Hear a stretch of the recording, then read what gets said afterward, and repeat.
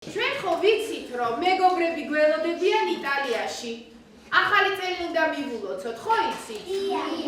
რუსთავის მეოთხე საჯარო სკოლაში ახალი წლისთვის მზადებას ადრიანად შეუდგნენ. პირველ კლასელები იტალიელი თანატოლებისთვის საახალწლო ბარათებს ამზადებენ. სანაცვლო მილოცვას ადრესატებისგანაც ელიან. ევროპელი ბავშვების ამ აქტივობით დამეგობრება პროგრამა იტვინინგის ფარგლებში მოხდა. პროგრამის მონაწილე მასწავლებელი ხათუნა ოჩაშვილი ამბობს, რომ ამ პროექტმა სხვაგვარად დაანახვა საკუთარი ფუნქციებიც და მოიტანა ყველაზე მნიშვნელოვანი შედეგი. პატარები ადრეული ასაკიდან ეცნობიან ევროპას, ევროპულ ღირებულებებს, იღებენ სწორ ინფორმაციას და სწავლობენ სხვა ერის წარმომადგენლებთან კომუნიკაციას.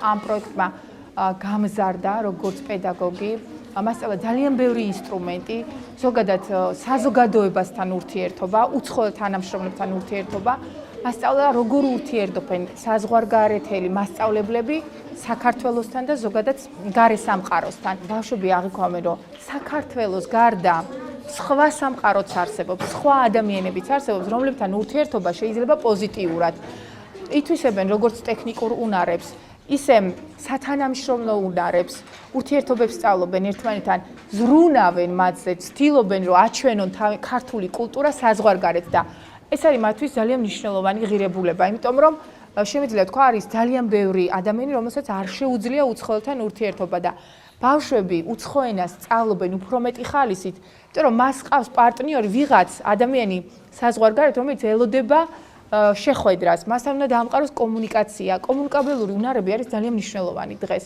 და მით უმეტეს, როცა გრძნობს ბავშვი, რომ ის არის ელჩი საქართველოსი საზღვარგარეთ, ეს არის ძალიან მნიშვნელოვანი. უკვე რამდენიმე წელია ამ სკოლიდან იტვინინგის პროგრამაში 2 მასწავლებელია ჩართული. თითეული მათგანი ყოველწლიურად საშუალოდ 3-4 სასწავლო პროექტს ახორციელებს. პროექტის მონაწილეები სხვადასხვა ასაკობრივი ჯგუფის მოსწავლეები არიან. თავარი უპირატესობა ის არის, რომ მოსწავლეებს უცხო ენაზე კომუნიკაციის საშუალებას ვაძლევთ. მე მიმაჩნია, რომ ჩემი პრაქტიკისთვის დღეისათვის ერთ-ერთი დიდი გამოწვევა არის საკომუნიკაციო უნარების განვითარება, იმიტომ რომ რეალური პრობლემა გვაქვს, რომ ბავშვები არიან საუკეთესოები წერაში, მაგალითად, მაგრამ უჭირთ უცხო ენაზე მეტყველება და თუ მეტყველების გარეშე ვერ ვიტყვით, რომ ბავშვმა უცხო ენა იცის. ამიტომ ბავშვები ძალიან ხალისით ჩაერთნენ სულ პირველ პროექტში, ჩავთე მესამე კლასელი ბავშვები და მესამე კლასელებს ძალიან მოეწონათ. მე უკვე გადავწყვიტე, რომ სხვადასხვა კლასის ბავშვები ჩამერთო და მივხვდი, რომ მართლა საუკეთესოა ნებისმიერ ეტაპზე. პირველი კლასიდან დაწყებული, რა თქმა უნდა, თავის შესაბამისი დავალებებით, ასაკობრივი დავალებებით, ყველა ეტაპზე ძალიან სასარგებლო და ეფექტურია.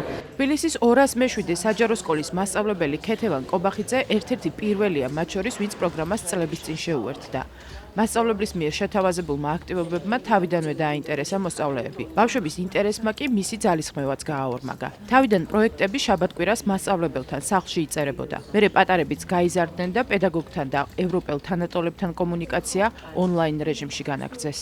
ჯერ მე ვსწავლობდი, მე ვმუშაობდი, ვასწავლიდი ბავშვებს, ბავშვები უფრო ადვილად იმახსოვრებენ ამ ყველაფერს და ისინი მერე თვითონ ერთმანეთს ასწავლიდნენ. ამიტომ ეს იყო ურთიერთსწავლება ჩემი ბავშვების და ბავშვების მიერ ჩემთვის.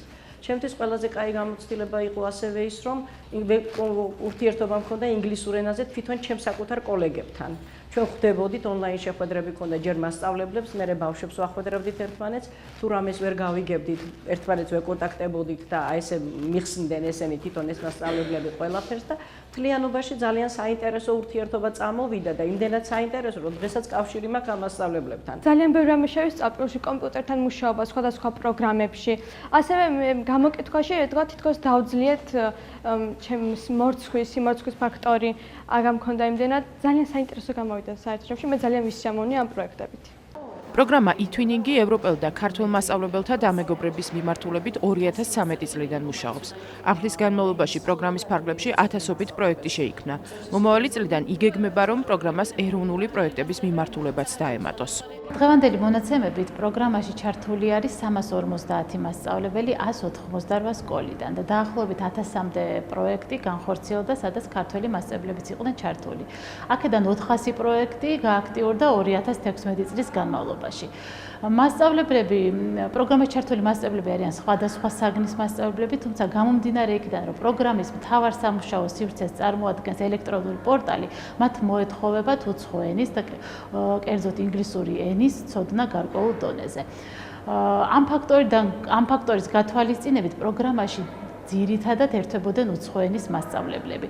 თუმცა 2017 წლიდან იგეგმება პროგრამაში ცვლილებები, კერძოდ მასწავლებლებს საშუალება ეძლევათ განახორციელონ ეროვნული პროექტები, რაც გულისხმობს, რომ მათ შეეძლებათ პროექტები ატვირთონ ქართულ ენაზე, ქართულ პარტნიორთან ერთად და არ იქნება სავალდებულო, რომ პროექტში ყავდეთ აუცილებლად ევროპელი კოლეგა. ამ სიახლესთან ერთად ასევე იგეგმება პორტალის ძირითადი ნაწილის ქართულ ენაზე თარგმნა, რაც ასევე გაუადვილებთ მათ მუშაობას და საგანმანათლებლო პროექტების განხორციელებას. პროგრამის მიზანია დაეხმაროს მასწავლებლებს ჩამოაყალიბონ მყარი კოლეგიალური ურთიერთობები რეგიონულ და საერთაშორისო დონეზე, ხელი შეუწყოს წარმატებული სასკოლო პრაქტიკის იდენტიფიცირებას და გაზიარებას, ასევე სწავლების ინოვაციური მეთოდების გაცნობას და გამოყენებას.